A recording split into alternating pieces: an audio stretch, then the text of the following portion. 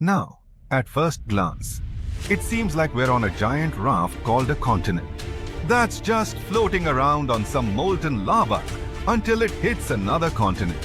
Okay, let's make a quick stop at high school science class.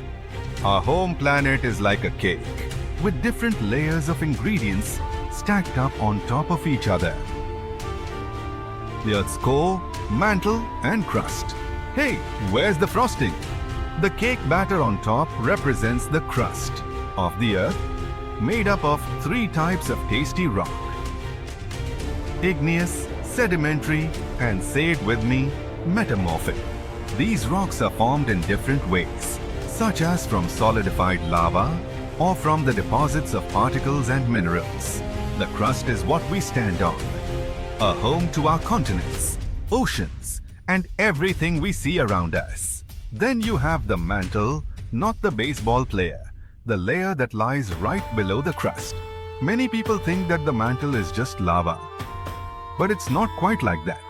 Just like how you mix different ingredients in the cake batter, the mantle is made up of different types of rocks that are constantly moving and shifting.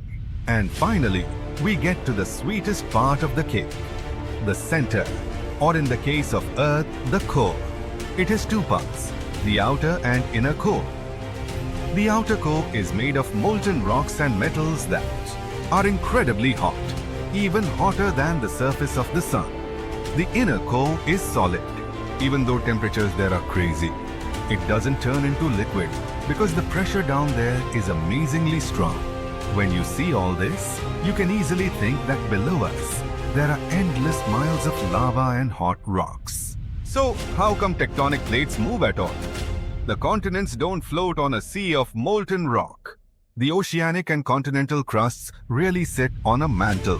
Sure, there's a layer of liquid around 1,800 miles below the surface, but it's separated from the surface by the mantle that's thick and solid. So the Earth's tectonic plates move around because they're on a thick layer of solid rock, the upper mantle. Basically, this rock is under incredible pressure and heat, which makes it flow in slow motion over time. Think of it like honey or syrup that you pour over your cake layers as you move the cake around. The honey or syrup will also move and flow. Similarly, the upper mantle can flow and drag the parts above it along just way slower than honey. And the rock is both breakable and flexible.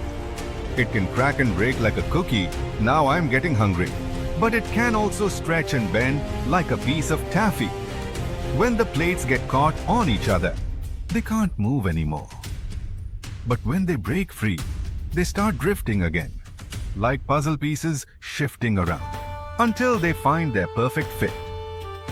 Extremely high temperatures and pressure are the reason this flow happens. It's like a big pot of soup on the stove. As the soup heats up, it starts to move around, carrying heat from one spot to another. Is it lunchtime? And speaking of lunch, I mean lava. It's not just molten rocks that travel all the way up from the outer core to volcanoes. When tectonic plates come together and one slides underneath the other, they create a lot of heat and pressure while grinding against each other. It's like rubbing your hands together fast and they start to get hot, or when you start a fire with rocks. And as the melted rock, or magma, rises to the surface, it can create volcanoes. Now, long ago, the Earth's land was not divided into continents as it is today. Instead, there was one giant landmass known as Pangaea, meaning all Earth in Greek. Whoa! Imagine being stuck in the middle of this giant ocean. So, over time, this supercontinent slowly broke apart. Its parts drifted away from each other and formed the separate lands we call continents. This idea first popped 16th century when one cartographer realized the coastlines of Africa, America, and China and Europe appear like they could fit together like puzzle pieces. Later, researchers realized the rock composition of their coastlines was similar, which means they used to be part of one giant mass. And they called that the theory of continental drift. At first, people were pretty skeptical about that idea because they didn't know how such massive lands could move around.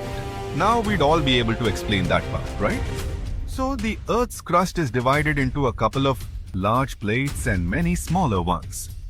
All of them are still moving, even though it's in slow motion. We can't sense it, and we won't see any particular changes during our lifetime. It's a process that lasts hundreds of millions of years. As the plates move, they interact with one another in fascinating ways. For example, when two plates collide, one may be forced beneath the other, which would help create a subduction zone. Over time, this is the way you get many cool things like volcanic islands, trenches, and even entire mountain ranges. Plates apparently started moving around 3.5 billion years ago. It took them a while to group into the first jigsaw supercontinent we know about called Ur. Today, its remains make up parts of Madagascar, India, and Australia. Pangaea formed 338 million years ago, but it probably won't be the last continent that will form. So, some new generations in the distant future are coming. Could live on something called the next Pangaea. When the oceanic crust of the Atlantic Ocean slowly takes its place under the continental crust, the oceanic basin of the Atlantic is going to close, which is why the continents will end up pulled together. This means the Americas will meet Africa, and Eurasia will be flipped on its side. So people might live on a giant landmass in the shape of a ring, clustered around the inner sea, or at least what's left of it. Or maybe continents will take another direction and make up a different jigsaw puzzle, called Amasia. In this scenario, the Americans will drift westward, fuse with Australia, and pivot to around Siberia. And then there's more. Novo Pangaea is the option where the Americas swing together to embrace Antarctica and Australia, and Africa legs off to the northwest. Basically, all continents here get together to form a giant landmass that stretches from one pole to the other. Ready for one more? Now, come on. A recent projection called Orica, it's just that all continents here unite to become one gigantic land that clusters around the equator. Maybe this would be my favorite. One to live at with the sunny weather and the beach all the time.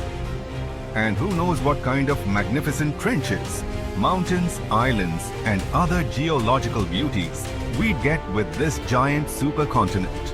Pangaea broke up about 175 million years ago. As the Atlantic and Indian Oceans began to widen towards the east, the Ring of Fire was formed. It's a path that goes along the Pacific Ocean with so many frequent earthquakes and active volcanoes. This way, Eurasia was unable to cross this border and continue moving westward. And now Eurasia could move laterally along the Ring of Fire. The subduction zones kind of act like a barrier that forces the tectonic plates to move in different directions. So Eurasia could eventually collide with the Americas and form something similar to Amasia. It would be cool to sit there, grab the popcorn, and watch it from the side. But this is something that won't happen for the next 50 million years at least. I'm willing to bet I probably won't. Be here to see it. Different theories talk about different positions where this new supercontinent might end up one day. But it seems it will probably be somewhere in the polar area, centered on what we today recognize as the Arctic Ocean. Please like and share so everyone knows. Thank you for watching. If you want to know more, stay with Hidden to continue.